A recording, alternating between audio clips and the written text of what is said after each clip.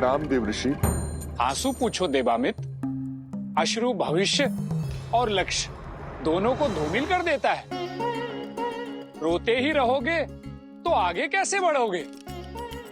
तो वो क्या है, कभी कभी सत्य समक्ष होता है, किंतु हम अपने भावों के भंवर में, दुख और कष्ट में उसे देख ही नहीं पाते।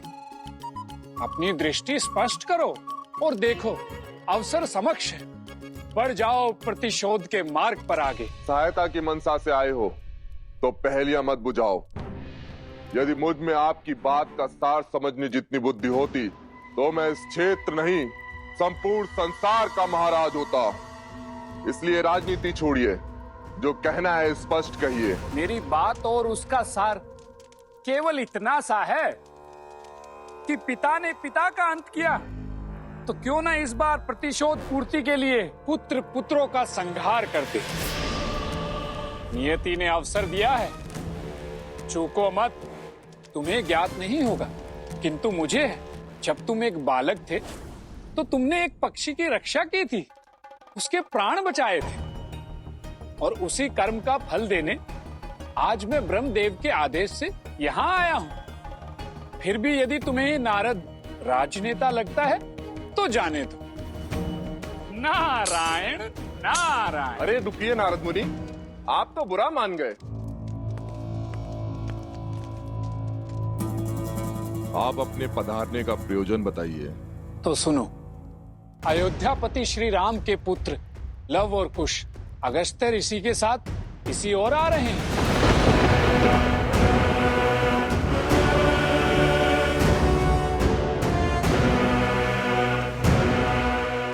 धन्यवाद ऋषिवर, आपने मुझे दिशा दिखाकर मेरे प्रतिशोध का मार्ग प्रशस्त कर दिया। नारायण नारायण।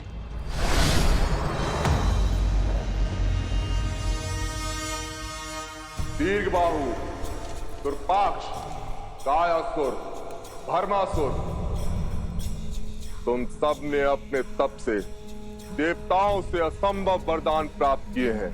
अब उनके उपयोग का समय आ गया है।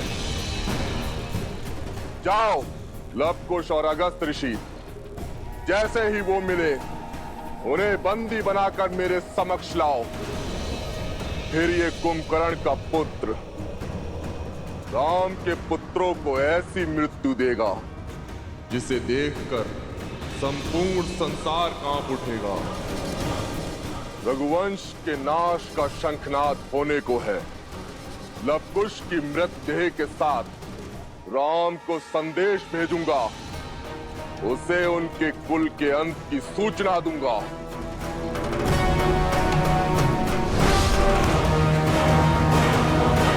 ऋषि कंबोधर, माता के सम्मान और श्रद्धालुओं की सुविधा के लिए मैं यही माता हिंगलाज का मंदिर बनाना चाहता हूं। जगत कल्याण के लिए अति उत्तम विचार है रघुवर। आपके इस कर्म से युगों युगों तक माता हिंगलाज की कृपा आपके कुल और प्रजा पर सदैव बनी रहेगी।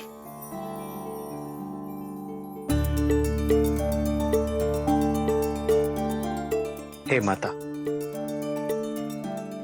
मेरे भरत को शक्ति और संबल देना।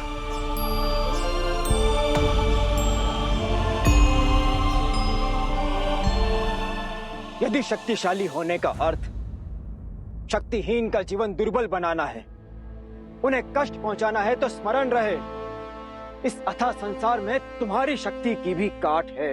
तुमसे भी शक्तिशाली जीव इस संसार में उपस्थित है। इसीलिए बल का दंभ छोड़ो और प्राणी मात्र का तुक समझने का प्रयास करो। धर्मात्मा होने के नाते मैं तुम्हें राम नाम लेने का अंतिम अवसर देता हूं। मूर्ख हो तुम, मूर्ख। तुम्हारी ये बातें तुम्हारी निर्बलता की सूचक हैं, तुम्हारे भय का प्रतीक हैं, तुम्हारे भय का प्रमाण है।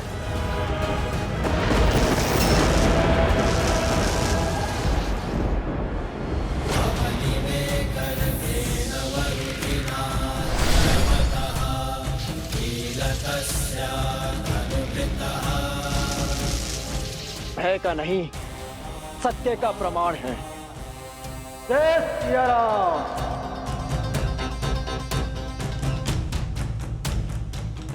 बोलो हिंगलाज देवी की, बोलो हिंगलाज देवी की।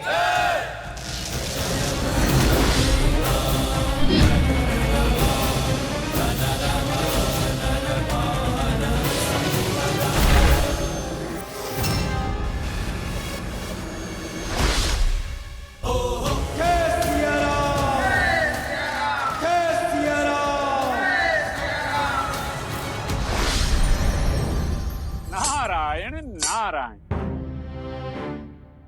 नारद जी आप यहाँ? आप इतने अचंभित क्यों हो गए हनुमान?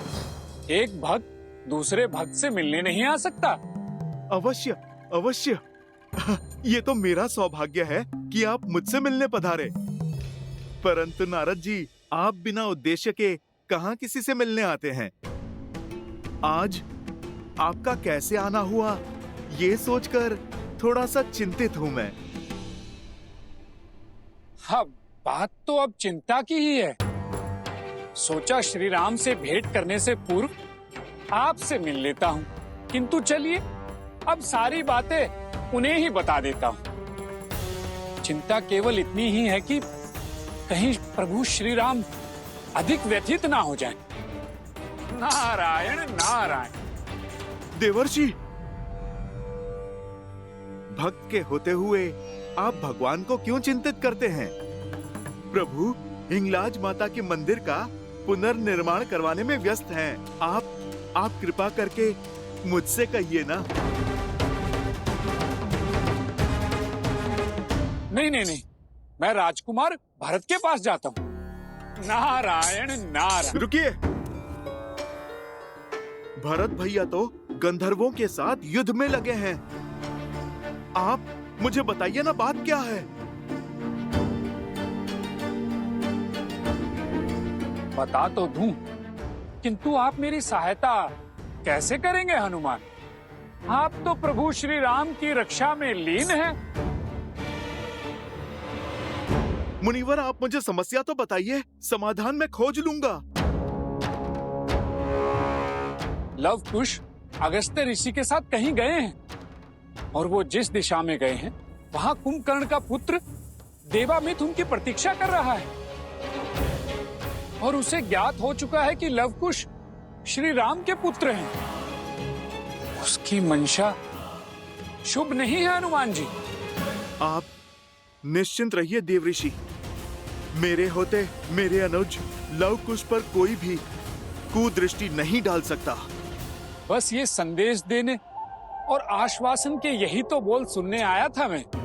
देवऋषि, बहुत बहुत धन्यवाद आपका। ये केवल राम काज ही नहीं, ये तो मेरे प्रभु श्री राम पर होने वाला प्रहार है, क्योंकि लव कुश की हानि प्रभु की हानि है, रघुकुल की हानि है। देवऋषि, अब ये समस्या मेरी है। नारायण नारायण।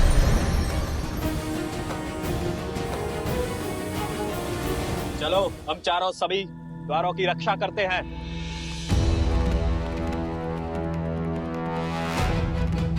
द्वार खोलो बंधु। हम ऋषि यहाँ पर पूजा के लिए आए हैं। हमें यहीं से हर ओर दृष्टि रखनी चाहिए। आसमान से सब स्पष्ट दिखाई देगा। राम के पुत्र हैं, इतने मूर्ख नहीं हैं जो सीधा द्वार से आएंगे।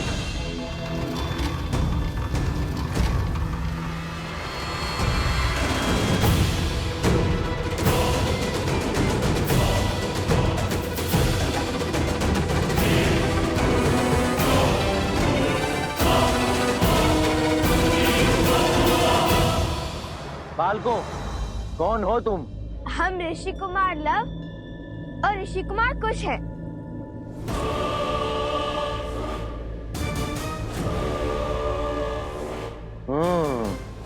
लव, कुश, यही तो हैं वो दोनों। घेर दो इन्हें, सभी द्वार बंद करो, भागने ना पाए। ये क्या हुआ? भैया, कहीं मैंने ऋषि कुमार के स्थान पर राजकुमार तो नहीं बोल दिया?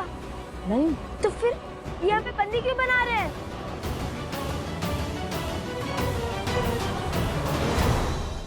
परमपिता, आपका कहा कार्य संपूर्ण हुआ। एक और कुंभकर्ण के पुत्र को लवकुश का भेद बता दिया, और दूसरी ओर हनुमान को भी उन पर आए संकट के विषय में सूचित कर दिया।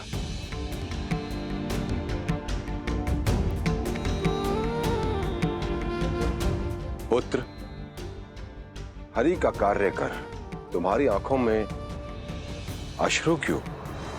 मुख पर पश्चाताप की पीड़ा क्यों? तुमने जो किया है वह अति आवश्यक था। हनुमान को श्री राम से पृथक करने का केवल एक यही मार्ग था। और यदि श्री राम हनुमान से पृथक नहीं हुए तो? क्षमा कीजिए परमपिता, मैं आपकी बात को काट रहा हूं, किंतु जिस राम नाम के स्मरण मात्र से ही हनुमान तर जाते हैं, उनकी तनिक सी समस्या से विचलित हो उठते हैं। मुझे और इस संपूर्ण संसार को उस हनुमान पर टूटने वाले कष्ट से भय लग रहा है परमपिता। जब श्री राम अपनी देह त्यागेंगे तब न जाने हनुमान अपना दुख कैसे प्रकट करेंगे। नारायण नारायण। परमपिता, सत्य कहूं तो मैं आज उनकी आंखों में उस दुख के भाव को देखकर आया हूं। आप सबको इस संसार की चिंता है, किंतु इस भक्त को तो उस भक्त की चिंता है। ये कष्ट कैसे सहेंगे हनुमान?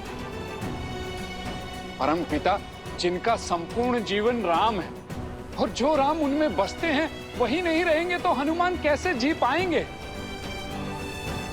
कैसे अपना जीवन चक्र संपूर्ण कर पाएंगे? नारायण नारायण।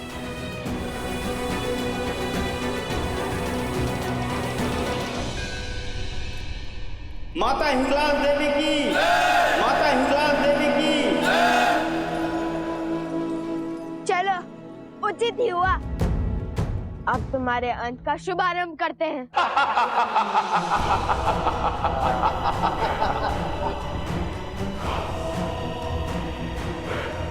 भूल कर दी बालको, जो स्वयं ही मृत्यु के मुख में चले आए।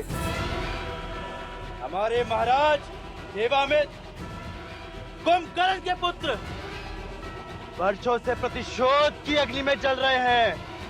इतने छोटे से कार्य के लिए महाराज को क्यों कष्ट देना? इनका अंत यहीं कर देते हैं और इनके शरीर को उपहार के रूप में महाराज को देते हैं।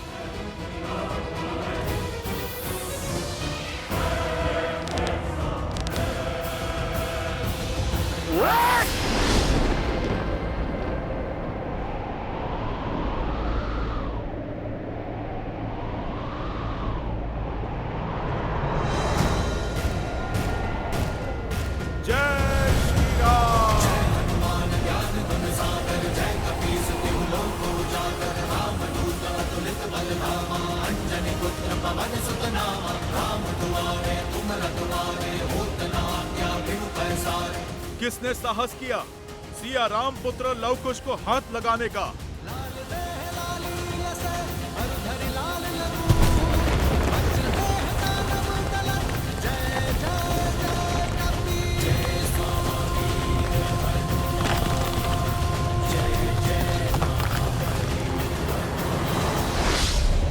प्रणाम ब्रह्मदेव। प्रणाम देव ऋषि।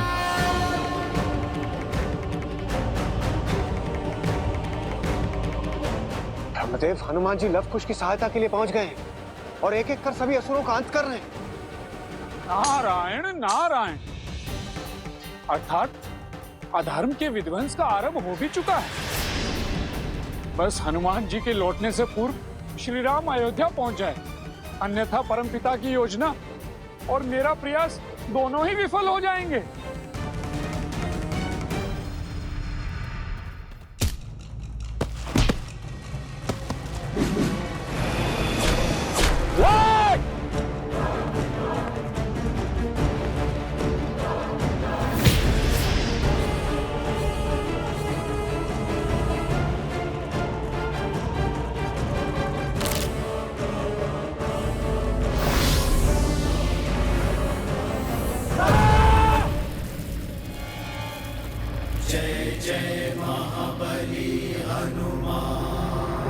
कायासुर को तो मेरा वरदान प्राप्त था, ये कैसे संभव हो सकता है? जहां राम भक्त हनुमान, वहां सब संभव है सूर्यदेव।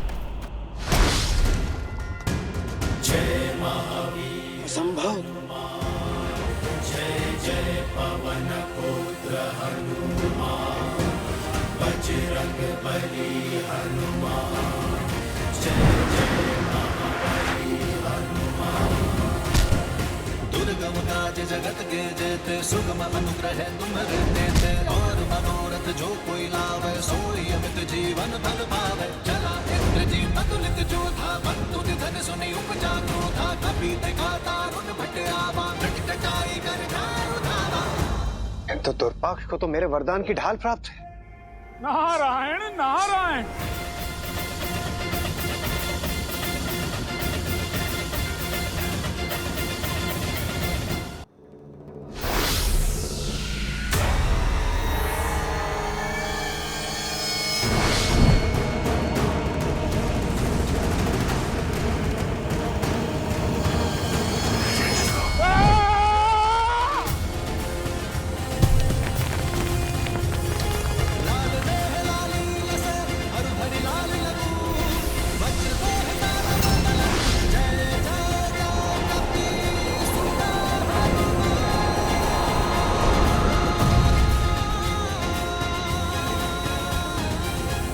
भीमासुर को तो मैंने वरदान दिया था।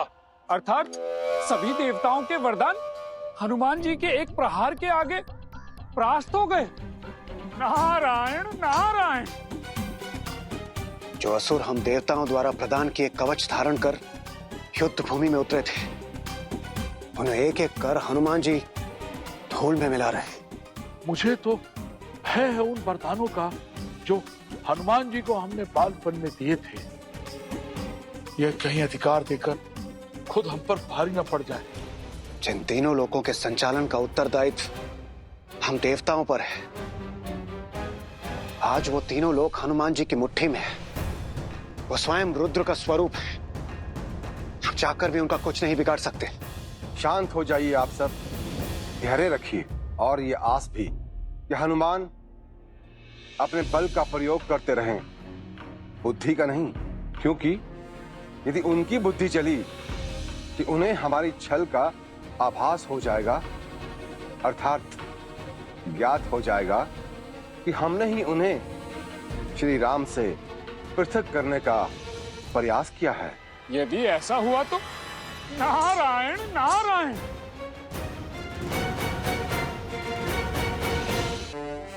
प्रणाम गुरुदेव। आयुष्मान भव। हनुमान जी, आपको तो पिताश्री के साथ होना चाहिए था। मैं तो प्रभु के साथ ही था। वो तो देव ऋषि नारद ने मुझे आकर बताया कि आप दोनों संकट में हैं। बस मैं आप दोनों को बचाने मेरे प्रभु से दूर चला आया। यदि मैं प्रभु से पूछता तो प्रभु भी मुझे यही आज्ञा देते।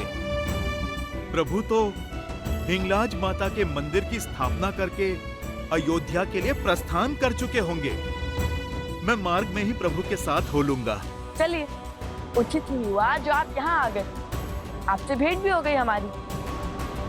किंतु एक बात समझ नहीं आई कि हम पर आक्रमण होने से पहले देव ऋषि को ज्ञात कैसे हुआ?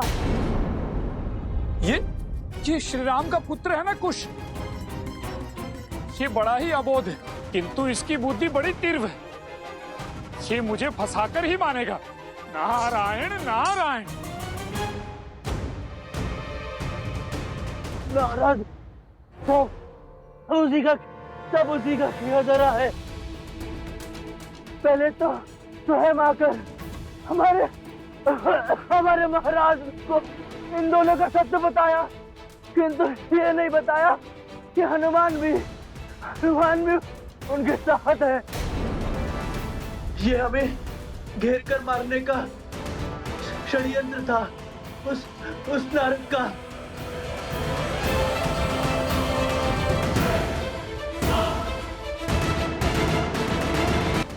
नाराज तो उसी का सब उसी का किया जा रहा है।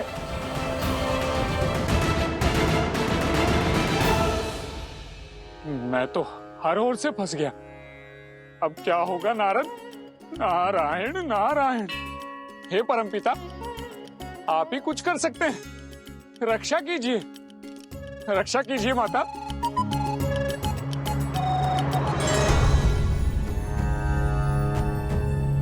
मुझे तो किसी घोर अनिष्ट का आभास हो रहा है।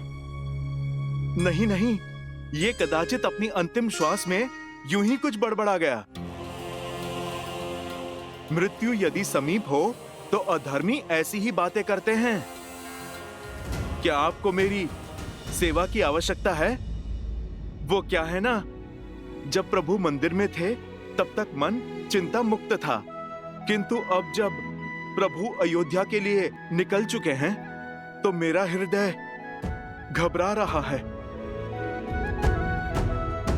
मुझे शीघ्रातिशीघ्र प्रभु के पास पहुंचना है। हाँ हाँ, आप अवश्य जाइए हनुमान जी। वैसे भी ऋषिवर ने उस दुष्ट देवामित का दंत का दायित्व हमें सौंपा है और उसे संपूर्ण भी हम ही करेंगे। पहले समझाएंगे, यदि न माना तो उसे समाप्त कर देंगे।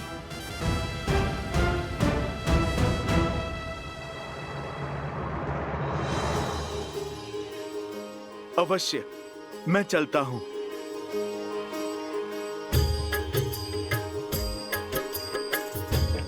आज्ञा दीजिए। आयुष्मान भव। दुख भंजन जय हनुमान, संकट मोचन जय हनुमान, महावीर प्रभु जय हनुमान, अंजनी पुत्र जय हनुमान। स्मरण है ना, जब भी हनुमान की आवश्यकता पड़े अपने बड़े भाई को स्मरण कर लेना।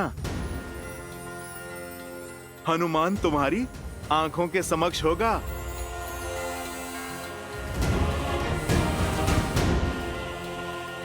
जय श्री राम। जय जय पवन पुत्र हनुमान, बजरंग बली हनुमान, जय जय महाबली हनुमान।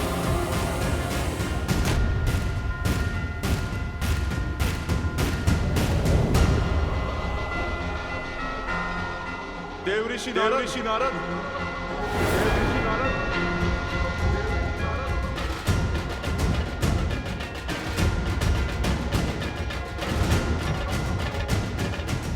देव ऋषि नारद।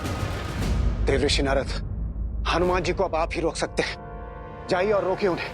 नहीं नहीं, वो पवन पुत्र हैं, रुद्र रूप है, ना जाने वो क्या ही कर दे। अब तो मुझे केवल एक ही भाव बचा सकता है, प्रभु की शरण। प्रभु की शरण? तो आप क्या पृथ्वी पर जाने वाले हैं? नहीं नहीं, नंदनवन में। नंदनवन?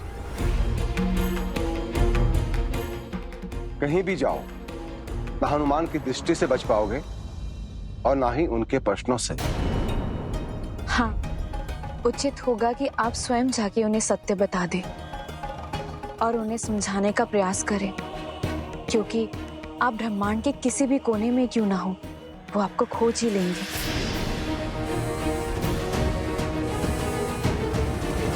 माता, वो भले ही मुझे खोज लें, लेकिन मेरे कार्य में विघ्न नहीं डाल पाएंगे। उन्हें बिना उत्तर पाए ही लौटना होगा। नारायण नारायण।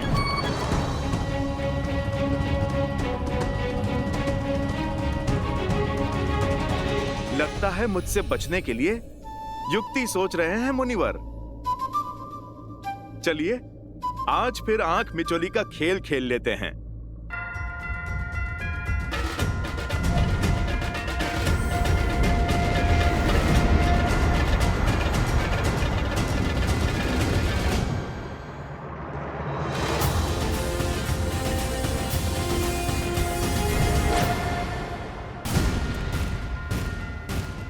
जय श्री राम।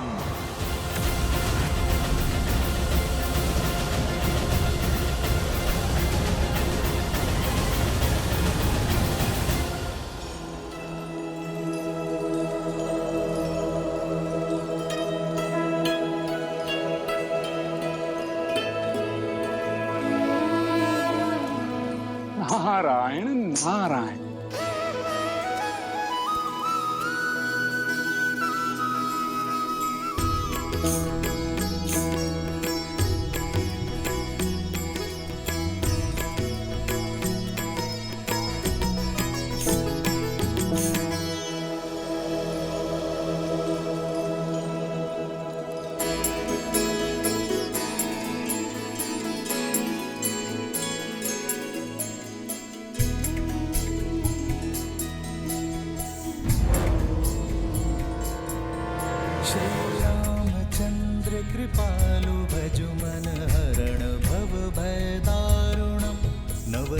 कुंज लोचन कंज मुख कर कंज पद कंजारुणम कंदर्प अगणित अमित छवि नवनील नीरज सुंदरम पटपीत मानहु तड़ित रुचि सुचि नौमि जनक सुतावरम।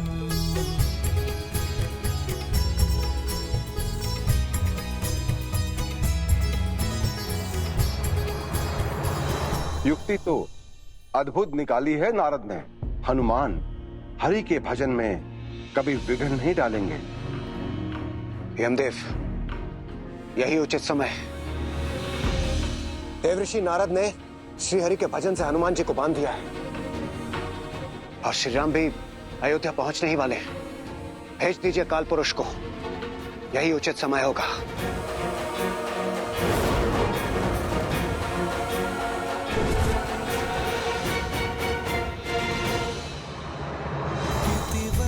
तुलसीदास शंकर शेष मुनि मन रंजनम मम हृदय कुंज निवास कुरु कामादि खल दल गंजन। एक भक्त ने दूसरे भक्त को रोकने के लिए भगवान का ही सहारा लिया है। अद्भुत चतुराई है आप में देवर्षि नारद। अब क्या करोगे मेरे हनुमान?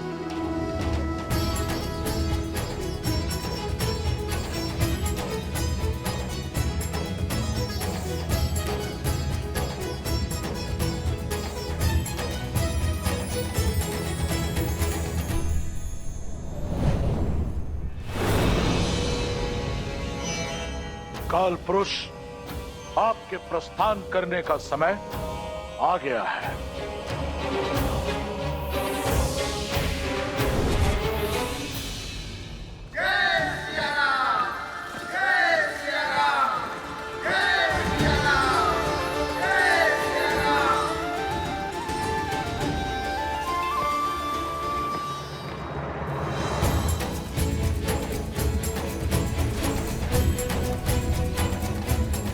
प्रभु, प्रभु अयोध्या पहुंच गए?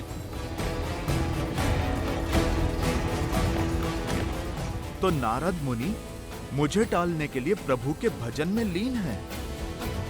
मैं उन्हें रोक तो नहीं सकता, किंतु एक भक्त दूसरे भक्त की भक्ति में रम तो सकता है।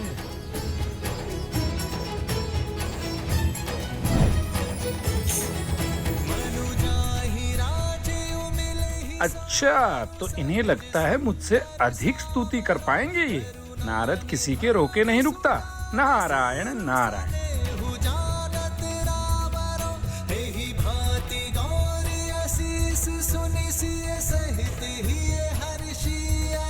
तुलसी भवानी पूज पुनि पुनि मुदित मन मंदिर चली, मुदित मन मंदिर चली, मुदित मन मंदिर चली। सिया राम, सिया राम, सिया राम, सिया राम, सिया राम, सिया राम, सिया राम, सिया राम, सिया राम, सिया राम, सिया राम, सिया राम, सिया राम, सिया राम, सिया राम, सिया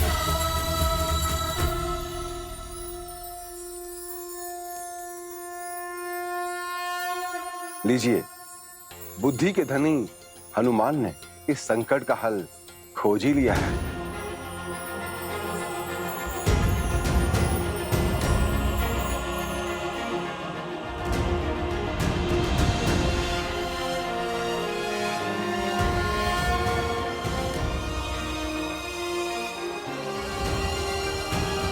मान गए हनुमान जी?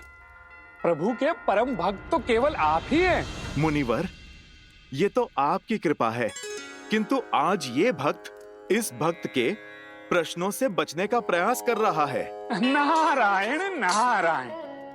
आपकी राजनीति मेरी समझ से तो परे है। एक और उधर बताया तो दूसरी ओर इधर। देखिए हनुमान जी, मैंने तो वही किया जो मुझे कहा गया था। आप इस समय श्री राम के साथ नहीं हो सकते। हनुमान जी, मेरी चाल का केवल यही कारण है। प्रभु के साथ नहीं हो सकता अर्थात? अधिक तो नहीं कह सकता हनुमान जी, किंतु इस समय आपका श्री राम के साथ होना नियति को स्वीकार नहीं है हनुमान जी। और मेरा कार्य केवल इतना ही था कि मैं आपको श्री राम से दूर ले जाऊं। मैं आपकी भक्ति के आगे अपना मस्तक झुकाता हूं हनुमान। आप जैसा भक्त इस धरा पर न जन्मा है न कभी जन्मेगा। आपकी शुद्ध भक्ति से आने वाला युग श्रद्धा एवं सत्यता सीखेगा, संबंध निभाना सीखेगा, और इसी कारण आप सदैव सदैव के लिए स्मरण किए जाएंगे। बस इससे अधिक मैं और कुछ नहीं कह सकता हूं हनुमान जी। मुनिवर, मेरा संदेश सत्य में बदल रहा है। मेरे प्रभु पर संकट के बादल मंडरा रहे हैं। आप मुझे आज्ञा दीजिए। मेरे जीवन का एकमात्र उद्देश्य प्रभु की रक्षा मुझे पुकार रहा है। जय श्री राम।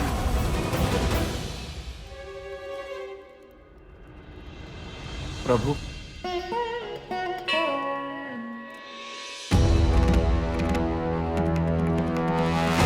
ऋषिवर, इसके आगे का मार्ग हम स्वयं पूर्ण करेंगे, क्योंकि कुंभकर्ण पुत्र देवामीर को यह ज्ञात हो चुका होगा कि श्री राम के पुत्र यहाँ आ चुके हैं। ऐसे में हम पर अनंत प्रहार होने लगेंगे और इसमें आपका जीवन भी संकट में आ सकता है। और गुरुवर, आपको कोई संकट में डालकर हमें विवश करे तो वो मुझे बिल्कुल स्वीकार नहीं।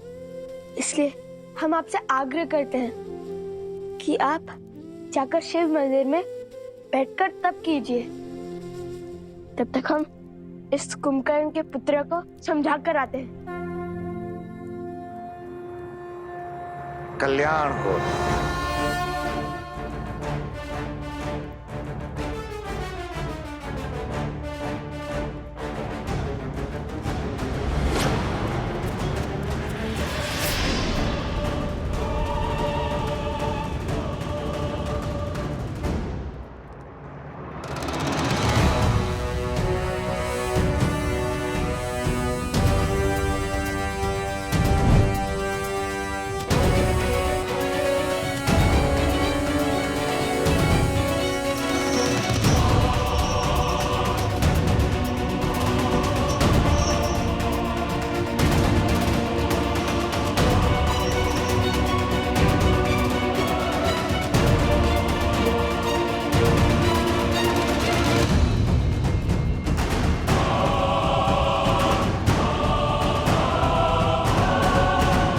चिंता की कोई बात नहीं है माँ। लवकुश सकुशल है और भरत पर भी कोई संकट नहीं है। मेरे भरत ने युद्ध जीत लिया है और मैंने भरत को उसी क्षेत्र में उसके 2 पुत्रों के नाम से राज्य तक्षशिला और पुष्कलवती स्थापित करने का आदेश दे दिया है। राज्य के निर्माण के पश्चात वो लौट आएगा माँ।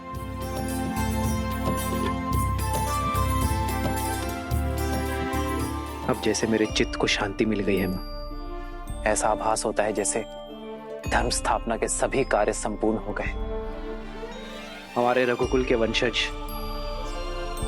राज्य की बागडोर संभालने के लिए, इस वंशज को आगे ले जाने के लिए पूर्णतः सज्ज है। लगता है जैसे मेरे कंधों से बहुत बड़ा भार उतर गया है।